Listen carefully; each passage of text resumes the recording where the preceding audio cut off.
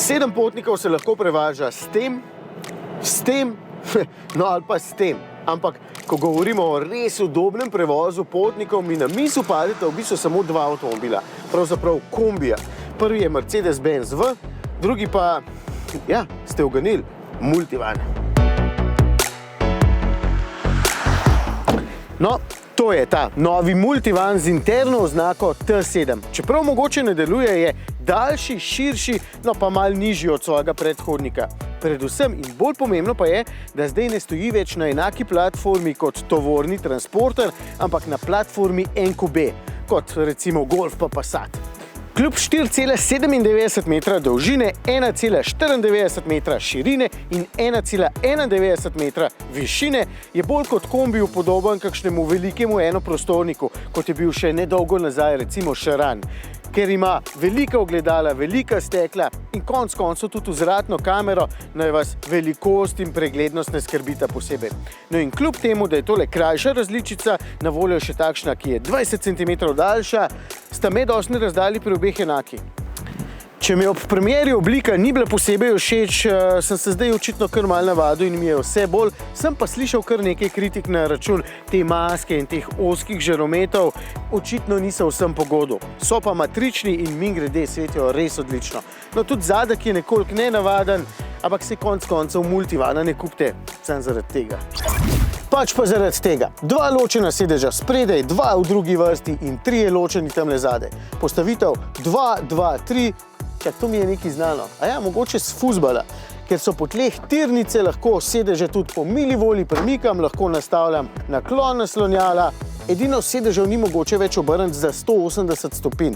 Ampak ni hude drame, lahko vsak sedež dvignem, snamem in samo obrnem, ni pa več toliko simpel, kot je bilo včasih. Pa mizica, tale moje sicer nima in je kot voznik posebej ne pogrešam, jo pa priporočam. Takole izgleda. Prtljažnik. Za začetek me moti, da so ta vrata velika in malo nerodna, v mojem primeru tudi niso električno pomična. Moti me tudi, da se to steklo ne da ločeno odpirati. Prtljažnik sam, na voljo je tale polička za doplačilo, ki je fajn, da potem stvari ne ležijo po tleh, sicer je pa tako. Če so zadnji sedeži postavljeni povsem nazaj, potem prtljažnika skoraj ni oziroma je prostora res malo. Če jih potisnem nekoliko bolj naprej, ga je več, no če bo kdaj kriza, pa lahko vse te sedeže odstranite in imate res ogromno prostora. V bistvu 3,3 kubičnega metra. 3300 litrov za tiste, ki ste malo slabo poslušali v šoli. Pa spredaj fino se počutim. Okolje je moderno, zaradi velike panoramske strehe, v bistvu tudi deluje zelo zračno, predvsem pa nimam občutka, da sedim v enem delovnem kombiju, prej v visokem golfu, naprimer.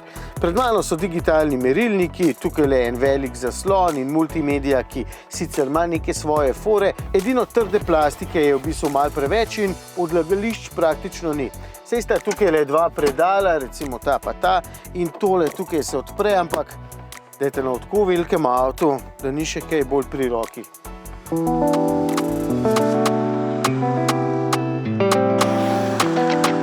Vse pa super pelje. Za več kot 2100 kg lastne mase v bistvu precej bolje, kot bi sploh pričakoval.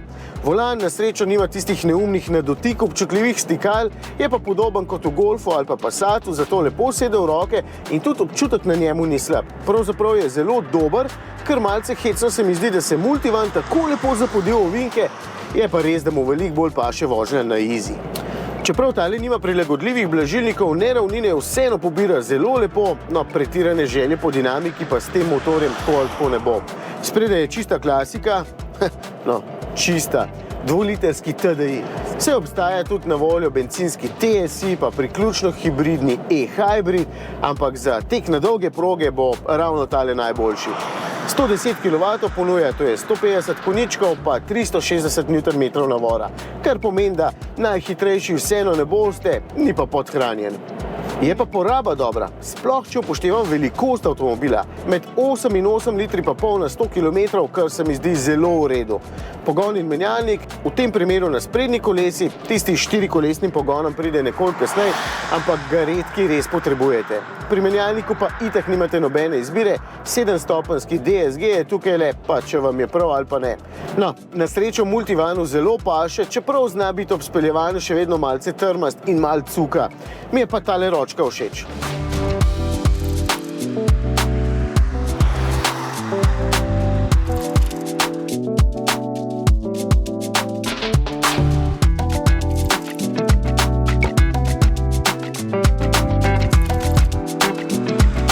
Če torej iščete odličnjaka za prevoz oseb, je to. Multivan z novo obliko res malce bolj deli mnenja kot pa prej, ampak svojo primarno nalogo opravlja z odliko. Saj tukaj še ID Buzz, ki je z obliko veliko bolj poseben, ampak je manjši, dražji in z njim boste vsakih 300 km stali na polnilnici. S tem pa pač ne. 43 tisočakov pripravite za osnovnega, za točno takšnega z opremo Live in za 6 tisočakov vrednimi doplačili pa slabih 51. Evo, še cena je dobra.